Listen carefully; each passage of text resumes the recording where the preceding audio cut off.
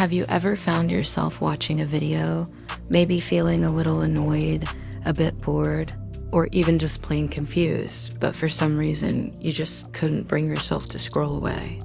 You kept watching minute after minute, wondering why you were still there. If that sounds familiar, you're not alone. And the reason you stayed isn't because you were secretly interested. It's because you were hooked by something much more powerful: tension. Think about it. You're scrolling through your feed and a video starts. The creator asks a provocative question right at the beginning. Is everything you know about productivity a lie?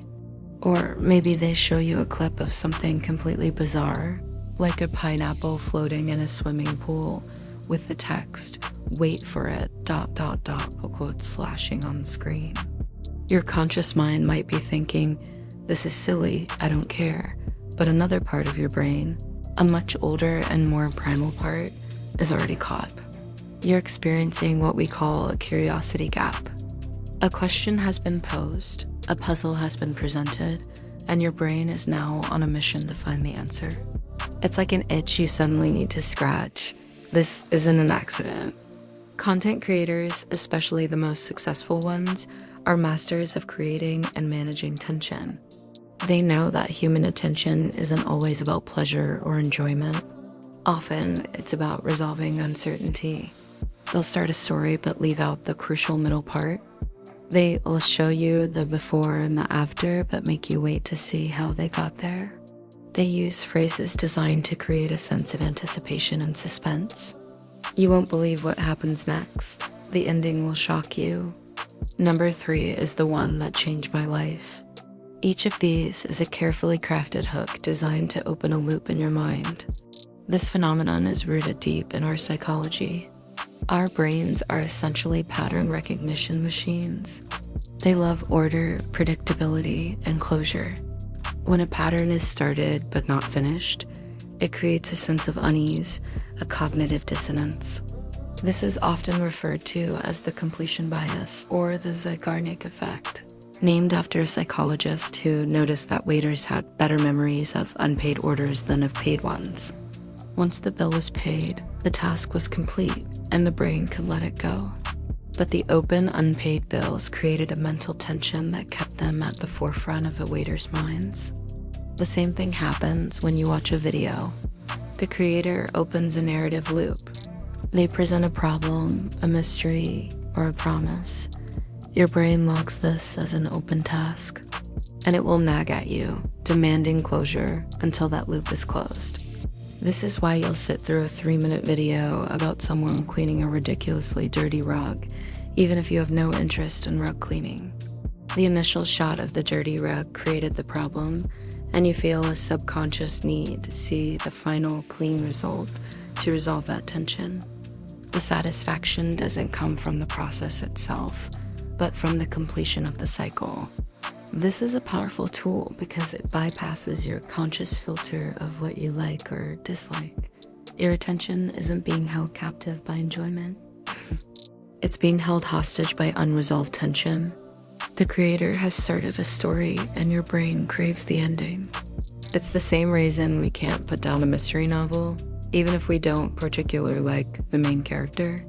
We just have to know who did it. It's the same reason we keep watching a competition show, just to see who wins. The outcome is the key that unlocks the mental loop. Let's break down some of the specific techniques creators use. First, there's the classic cliffhanger, but scaled down for short-form content. A video might start with someone about to make a huge mistake, like cutting their own hair with kitchen scissors.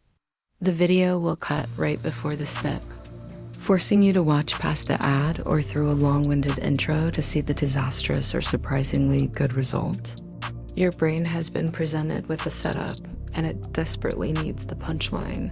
Another technique is emotional tension. A creator might share a vulnerable or frustrating story, making you feel empathy or outrage on their behalf. They'll describe a conflict with a neighbor or a bad customer service experience. You become emotionally invested. You want to see justice served, or at least hear how the situation was resolved. Your emotional response creates a stake in the narrative, and that stake keeps you watching. You're not just a passive observer anymore. You're on their side, waiting for the conclusion of their story. There's also informational tension. This is common educational or commentary-style content. A creator might say, there are 3 big mistakes everyone makes when trying to save money, and the last one is the most surprising. Now, you're not just watching to learn. You're watching to make sure you're not making those mistakes. They frame the information as a potential threat to your own success, creating a sense of urgency and a need to acquire that knowledge to protect yourself. You might learn 2 things you already know, but you'll stay for that third.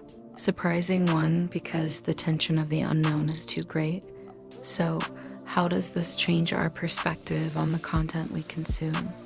It means the most powerful and attention-grabbing content isn't necessarily the stuff that makes us feel happy, inspired, or even entertained in a traditional sense. The most effective content is the stuff that makes us need to know what happens next. It's the content that skillfully opens a loop and makes us wait for the closure. It hijacks our brain's natural desire for completion. Understanding this mechanism can actually be quite empowering.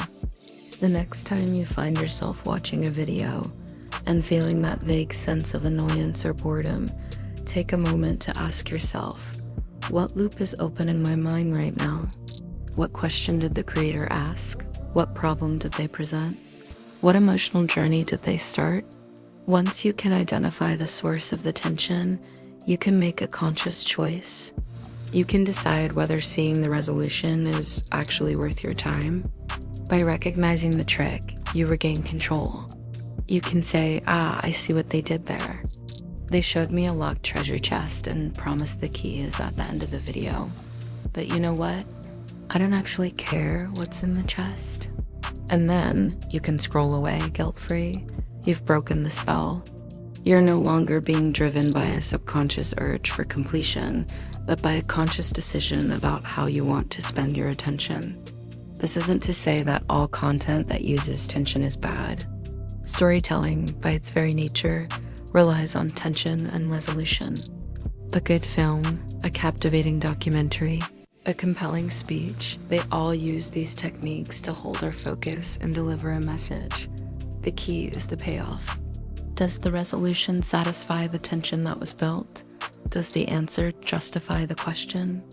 Or does it feel cheap, like a clickbait tactic that leaves you feeling more empty than when you started? The difference lies in the creator's intent. Is the tension there to serve a greater narrative purpose, to enhance a story, to deliver a truly valuable piece of information? Or is it just a hollow trick to manipulate your brain's wiring for a few extra seconds of watch time? As consumers, the more we understand the psychology behind what we watch, the better we can become at curating a digital diet that truly nourishes us, rather than just leaving us feeling mentally bloated from empty calories of unresolved tension.